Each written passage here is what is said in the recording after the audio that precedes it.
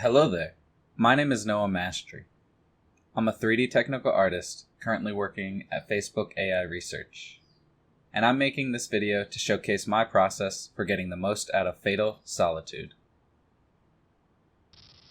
This asset comes with a PDF going into similar detail as this video. For now, I'll recommend anyone who's using this or any modular asset pack to start with some reference of real environments or concept art that matches the mood and story you want to tell. I have put this environment to the test and asked a few of my artist friends to do the same. There may still be questions, and if you're having trouble or have found some strange results, then I hope you'll feel comfortable reaching out to me at noahm1216@gmail.com. Getting started. You can import this project into an existing project, but for simplicity, during this video, I'll be using an empty scene. I'll be using Unity Hub, which I start by opening a new HDRP project with version 2020.3. Any newer versions should work seamlessly, and while this environment can work with older versions and non-HDRP, you'll likely find more setup time if you choose those directions.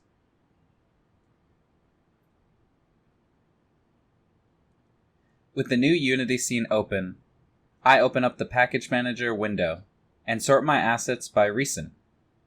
Now I can click the download and import buttons to bring Fatal Solitude into my project. After some import time, we can go into the folder structure and check out the demo scene. Here you can see my folder structure and my process inside my project. I won't go into this scene too much, as the PDF README explains it best. Once you have a sense of the story you want to tell and a general idea how these assets snap together, we can find another scene inside the Noah Mastery folder called Environment Pieces. This scene has all of the available assets laid out like Legos. And I like to start by making a duplicate of this scene and using that set to build my next environment. For the best performance, you can use the prefabs as well. I find that workflow is great when you know exactly what you want to build, or you're importing this asset pack into an existing project. Building the environment.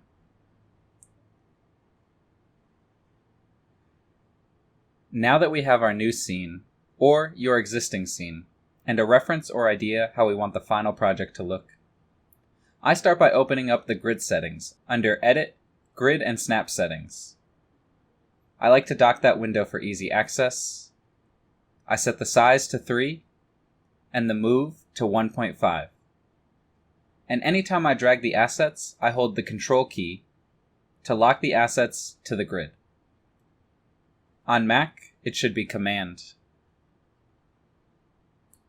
Anytime it seems off, I just click the Align Selection to Grid button, and the assets snap back to the grid. When working in the project, I like to keep my assets organized. I often create an empty game object for the entire building, each room inside that building, and each element for the room's architecture. An example would be one floor, empty game object, one walls, empty game object, and one ceilings, empty game object. And those would be inside a interior scene, empty game object.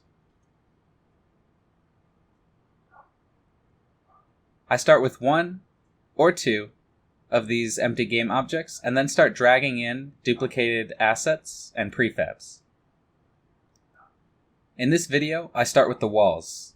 I'd like to match my reference, which is a bit of a hexagon shape. The walls and floors of this pack aren't rounded, and so doing interesting shapes requires a little bit of creativity on my part. I'm making a sort of pentagon with some gaps for doors and some gaps for pillars.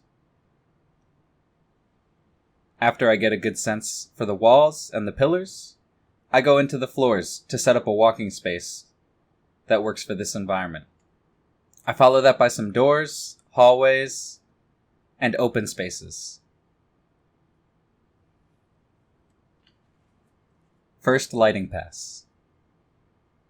I know it might seem like you should build the entire environment and then concern yourself with lighting and other effects. But I find the most success and flow when I iterate through the different areas, like a cycle.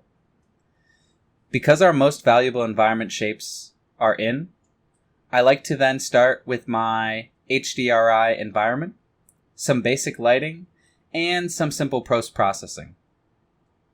I don't suggest to spend too much time here, as the goal is to just get the right feeling and not the perfect image.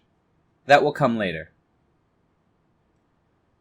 This scene's inspiration has a few different levels, so I'll go in and duplicate the geometry to better set up how light will react in the final image. Still not spending too much time here, but closing out any weird shapes and jarring elements will be good enough for now. Small lights. Once the feeling fits our intentions, then I like to add in smaller objects that add light to the environment. Think of lamps, overhead and ceiling lightings, and any neon signs. I believe this is important to make sure that there is a good contrast between light and darkness. The sci-fi plant pots emit light, and so do the fluorescent lightings. That's where I put some time in here. When I started this environment, I didn't originally plan to have any animation, but after setting up the entire space, I felt inspired to make a small, panning loop animation on the camera. This way, I can show off the different sectors I built. Final updates and details. While you can spend much more time perfecting your environment, it always depends on your goal and timeline. My goal here is to show off what you can build quickly with Fatal Solitude, the environment pack. And to top it off, I added in one of our Vista models called Moon_LOD. It's a nice way to give a sense of the outside world and provide some grounding to the directional lighting. Personally, I really enjoy to have a scene populated with characters. It can make the space feel much more alive, and while this pack doesn't include characters, I can share a link to my seller account on Sketchfab and Mixamo, which is where I downloaded even more high-quality characters for this environment. I did some final tweaks on the post-processing and lighting, and updated the characters to have some quick looping animations and controllers to play those animations. And here's the final render in Engine. Bay 3 has 2 ships, and Bay 2 has 3 ships, but Bay 4 has 5 ships, and 3 of them are requesting a new bay. We can only fit 1 more ship here in Bay 1. Ugh, I need to write this all down.